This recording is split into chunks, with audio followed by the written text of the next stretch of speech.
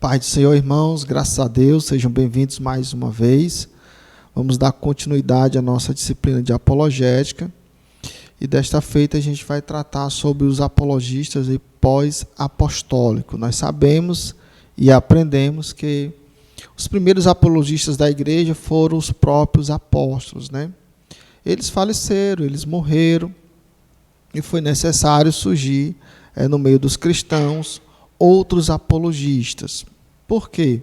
Se nos dias apostólicos começaram a surgir correntes doutrinárias ou teológicas diferentes, e foi necessário os apóstolos combater, trazer uma defesa, né?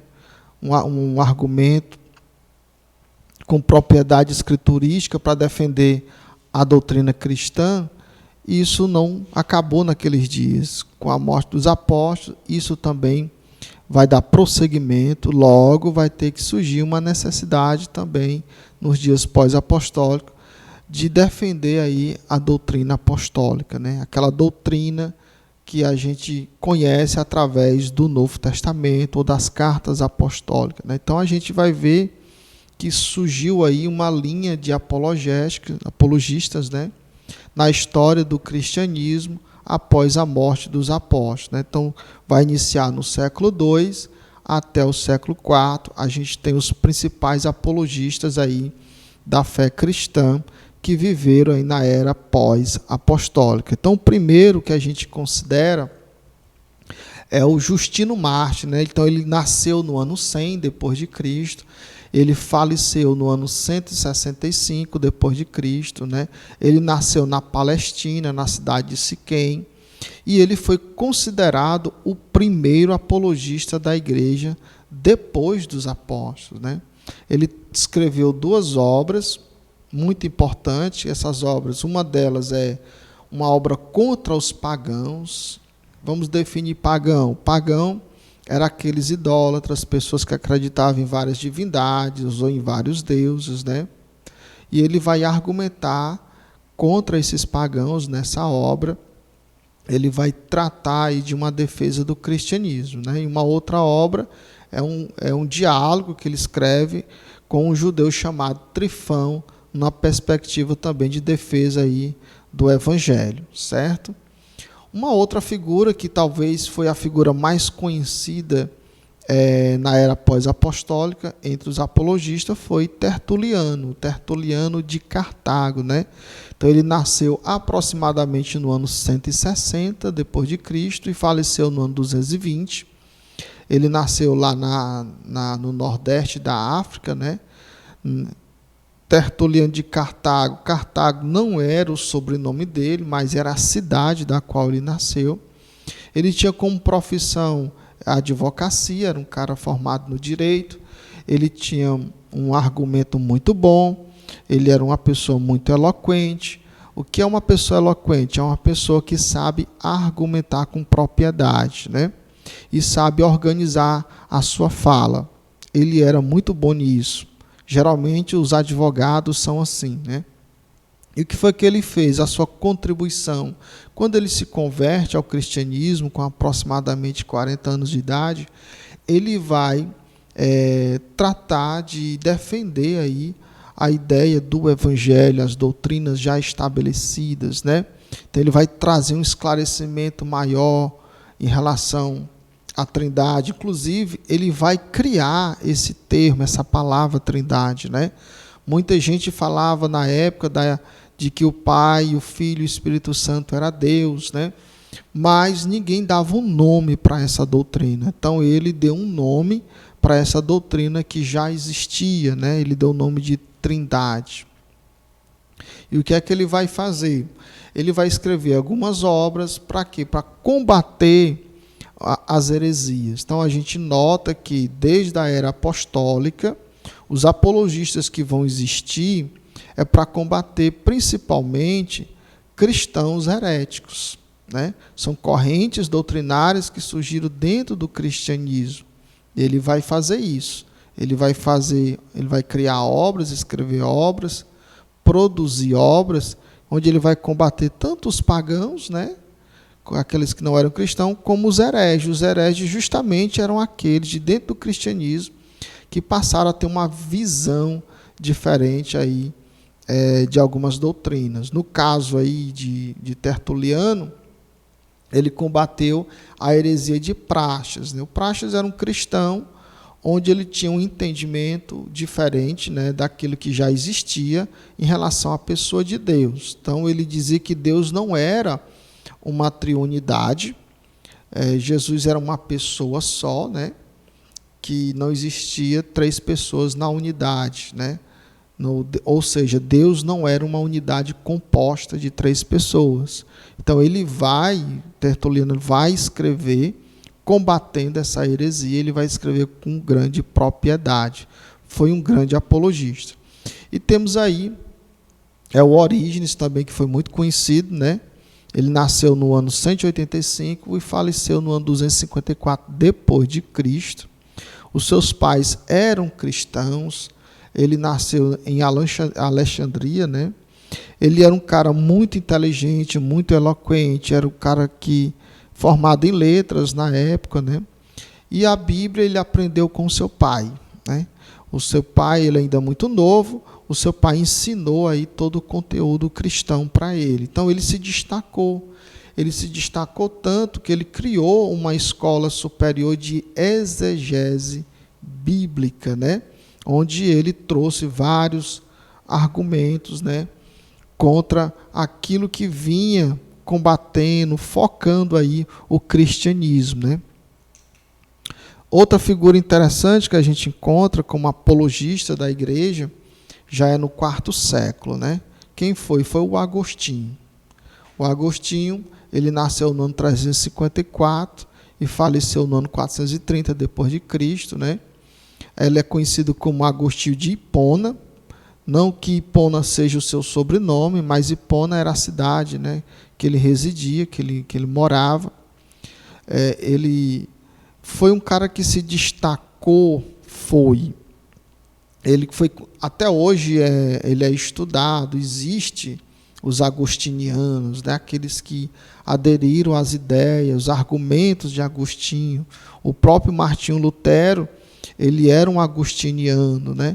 Então ele combateu a heresia de Mani. Então ele vai se destacar também como apologista, porque o Agostinho ele vai combater essa heresia de Mani, né? O que é que o Mani ensinava? Ele ensinava que não podiam matar nem animais e nem plantas. O Mani ele entrou, isso é muito visto no hinduísmo, né? O hinduísmo tem esse tipo de ensinamento, né? Então ele também obrigou, né, que os cristãos, seus seguidores, fossem obrigados aí a exercer o celibato, né? Não poderiam casar, né? E assim por diante, né? Então o Agostinho ele vai combater, ele vai ver isso como heresia. O celibato não é obrigatório, é opcional, né? Essa ideia de não matar nem animais nem plantas é antibíblico, até porque a gente vê isso, os animais sendo mortos lá no Antigo Testamento, onde Deus, quando Noé vai sair da arca, Deus ordena que Noé poderia já comer dos animais, né? Inclusive, quando o homem sai da arca de Noé, quando Noé e sua família saem da arca, a partir daquele momento o homem vai se tornar carnívoro, né? Que antes o homem era herbívoro, né, vegetariano, né? Então, o Agostinho ele vai escrever duas obras principais, né, que é as Confissões e a Cidade de Deus, né, que até hoje é estudado aí, pelos teólogos, né? Terminou aí essa era, né, quarto século, e é claro que vai existir outros apologistas, etc., mas esses a gente considera os principais, que tiveram mais nome, mais destaque, né? Mas no século XII, já aí um tempo bem mais distante, né? Na era medieval, nós vamos encontrar um apologista também, que até hoje é considerado, é uma pessoa de renome, né? A Igreja Católica vai chamar ele de santo, né? Que é o Tomás de Aquino, né? Que ele vai nascer ali em 1224, ele faleceu em 1274. Então, o que ele vai fazer? Ele vai buscar aí na filosofia de Aristóteles, né, uma forma de provar que o cristianismo ele estava acima, que era superior às outras crenças. Por quê, né? Porque baseado no que ele compreendia, as pessoas, as nações que eram politeístas, né, criam em deuses que era difícil de ter uma razão para se crer neles, né? Qual seria um fato que evidenciasse a existência dos deuses? Não existia, né? Então ele vai buscar aí na filosofia de Aristóteles que haviam mais evidência de que o cristianismo realmente estava correto na crença de um só Deus do que as demais religiões, né? E ele vai utilizar a ideia de Aristóteles como a ideia da experiência, né? Então, como a gente observou, né, os apologistas cristãos, eles não surgiram por acaso, foi por necessidade mesmo, né? Qual era a necessidade? Defender o evangelho, né? Agora é interessante, vou abrir um parênteses aqui, só se defende o evangelho quem conhece o evangelho. Uma geração que não estuda o evangelho, uma geração que não estuda outras ciências, hoje dificilmente ela vai conseguir defender o que se prega, né? O que se acredita. Imagine você evangelizando em alguma localidade e você está falando de Jesus, pregando sobre Jesus, que ele é o Salvador e que ele ressuscitou ao terceiro dia. A pessoa olha para você e lhe questiona: como você afirma que ele ressuscitou? Você viu? Você esteve lá? Qual seria a sua resposta, né? Então, é importante que a gente compreenda os argumentos bíblicos, né? E os argumentos científicos também. Aí vem-se a necessidade de realmente estudar para ser um apologista, né? Bom, então o que é que a gente vai... Fecha aqui o parênteses, né? Então o que a gente vai observar? Que muitas pessoas, no decorrer do cristianismo, tinham uma visão de evangelho diferente. Então a gente nota ali que do século I em diante, né, as visões eram praticamente de dentro do cristianismo. Pessoas que tinham visões doutrinárias dentro do cristianismo diferentes. Porém, que a gente vai observar? A gente vai um fenômeno um pouco mais diferente. A partir do século XVI, a gente vai observar que vai surgir pessoas fora do cristianismo, que a gente vai chamar dos intelectuais, uma comunidade de intelectuais, eram pessoas voltadas às ciências, né?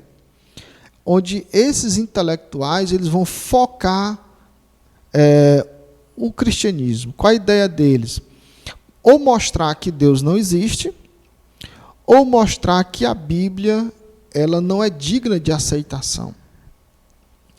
E o mais interessante que a gente vai ver, a gente vai observar no decorrer da história do século XVI em diante, é que muitos cristãos da época, por não estarem preparados, tanto biblicamente como cientificamente, acabaram que cedendo, né, a esses argumentos desses intelectuais e acabaram que se afogando aí no ateísmo muitas vezes, né? Mas também nós não tínhamos algumas ciências que pudessem contribuir de uma forma mais concreta, né, com argumento teológico, né, como hoje nós temos. Então vamos ver aqui um deles, né, que é o René Descartes. Esse cara nasceu aí em 1596 e faleceu em 1650, né, e ele tinha uma proposta aí, o argumento dele, né? Sua proposta diz que o indivíduo deve obrigatoriamente descrer de toda a verdade, a menos que houvesse uma evidência convincente. Então, como nós não tínhamos uma evidência concreta, né? Por exemplo, sobre a pessoa de Deus, né? Então, a ideia dele, se você não tem um argumento, uma comprovação científica, uma evidência científica, que Deus existe, então você não deve acreditar nele. Esse é o argumento dele. E ele influenciou muita gente com esse argumento, né? E esse argumento dele penetrou dentro do cristianismo por séculos e séculos. até que chegou ferramentas favoráveis ao cristianismo para dar resposta a essas pessoas. Mas nesse período aí, muita gente esfriou, abandonou o cristianismo, muitos teólogos acabaram que mudando de concepção, né, de ideologia e assim por diante. O fato de não existir uma evidência concreta sobre algo não significa que esse algo não exista e não significa que eu não deva descrer, né? A gente encontra até mesmo dentro do campo da ciência, como algumas teorias que é a crença de muitos cientistas, né? Por mais que não tenha ainda fatos que possa comprovar aquelas teorias, mas, mesmo assim, eles estão ali crendo nelas e buscando uma forma de comprová-las. Então, a mesma ideia é aquilo que a gente muitas vezes encontra no Evangelho. Às vezes a gente não encontra ali uma evidência científica hoje, mas não significa que amanhã a gente não vai encontrar. Então, eu não devo descrer, eu devo continuar crendo até que a resposta venha. Vamos ver uma outra pessoa, que é o David Hume, né, que ele nasceu aí no ano de 1711 e faleceu em 1776. Também foi um historiador, foi um filósofo, era escocês, né, porém era cético. Ele não acreditava nessa ideia de Deus, milagres, sobrenatural, espírito e etc. Então ele propôs aí um ataque, né? Ele atacou aquilo que a Escritura chama aí de milagre, né? Ele defendia que o conhecimento provinha somente da experiência com o mundo visível, que é adquirida pelos sentidos humanos, descartando aí toda a ideia cristã do sobrenatural. Então, o que é que ele propôs? Ele propôs que você só pode acreditar naquilo que vê, naquilo que você sente, a sua visão alcança, aquilo que a sua audição alcança, aquilo que o seu tato alcança. Fora isso, descarte tudo. Então, ele atacou o cristianismo. Por quê? Porque o cristianismo prega a ideia do sobrenatural, prega a ideia do milagre, coisas muitas vezes que a gente não alcança com os olhos humanos, né? Por exemplo, a existência de um Deus sobrenatural, criador, que está acima de todas as coisas, que a visão humana não consegue alcançar. Os sentidos humanos não conseguem alcançar, né? Então, ele descartou tudo isso e mostrando aí que as pessoas só deveriam acreditar naquilo que seus olhos contemplassem ou que os seus sentidos humanos viessem a perceber, né? Uma outra figura aí que influenciou muito foi o Kant, né? Immanuel Kant. Ele nasceu em 1724, faleceu em 1776, era russo, né? E foi considerado o principal filósofo da era moderna, né? Então ele ficou conhecido aí como o filósofo que promoveu a revolução intelectual, né? E sobre o conhecimento de Deus, ele fez o seguinte ataque. Olha só que nós estamos falando só de intelectuais, certo? O que é que eles vão dizer? Definido como uma figura imaterial, ele está falando de Deus, infinita e criadora de todas as coisas, logo fora do espaço, do tempo e sem causa humana. E se não podemos conhecer esse Deus, melhor deixar esse assunto de lado. Então ele vai se apropriar daquilo que nós falávamos, ele vai se apropriar daquilo que o cristianismo prega, daquilo que o cristianismo ensina, e vai dizer, se Deus é tudo isso, é um ser imaterial, infinito, invisível, está acima de todas as coisas, onde o ser humano não consegue alcançar, e não existe por causa humana, então é melhor deixar de lado, né? Uma espécie de ironia, né? Então, foi o que Immanuel Kant propôs. Esses intelectuais acabaram que influenciando demais a sociedade cristã na época, né? Vamos ver outro aqui, que é o Strauss, né? O Strauss ele nasceu em 1808, faleceu em 74. Na realidade aqui são duas pessoas que comungavam com o mesmo pensamento, né? Juntamente com ele tinha um Renan. Então, o que é que o Strauss ele dizia, né? É importante salientar que eles eram protestantes, né? Eram alemãos, protestante, inclusive professor de teologia, né? Mas foi influenciado. Ele foi influenciado pelo Hegel, e acabou que, como naquela época não havia, né, muitas ciências nem existiam ainda, né? As ciências que viessem concordar com o cristianismo, então muitos dos nossos irmãos, mesmo da academia, mesmo pertencendo ao mundo intelectual, acabaram que sendo aí influenciados. Foi o caso desses dois aí. Então, o Strauss, ele era professor de teologia, era protestante, né? Porém, ele acabou que entrando na corrente de Hegel, né? Que a ideia do racionalismo, né? Então, o que ele vai dizer na sua obra, né? Ele escreveu uma obra chamada Vida de Jesus. Então, ele vai dizer o quê? Ele vai trazer um escândalo na época, na comunidade cristã. Porque nessa obra, ele vai dizer assim, os evangelhos são a historialização do mito Jesus. Então, para ele, Jesus agora era um mito, né? Ele não conseguia ver as coisas mais com os olhos do evangelho. Tudo dele era muito racional, é o que eu vejo, o que eu pego, o que eu toco, o que eu sinto, né?